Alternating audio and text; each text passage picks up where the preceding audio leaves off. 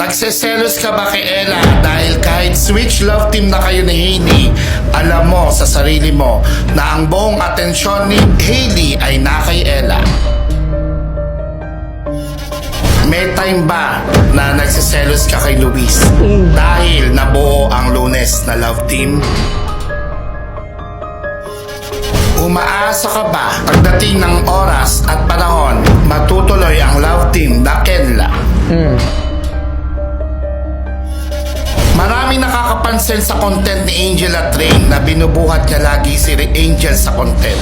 Hindi mo raw nagagawa yon dahil hindi mo kayang buhatin si Angel.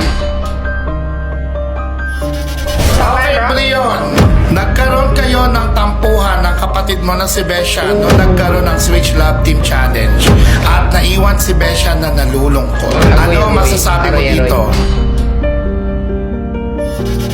Yana, ngayong nagbalik na ang bigating Brianna, na-miss mo ba si Brion? Mitch, sinabi ni Kiara na mas nag-enjoy daw at mas masaya daw sa kanya si Miles. Naniniwala ka ba dito? Ayan. Ano ang naramdaman mo nung nag-propose si John Ashley sa kalab team mo na si Luis? Sa totoo lang po, sobrang uncomfy ko na nakalab team ko si Ernest.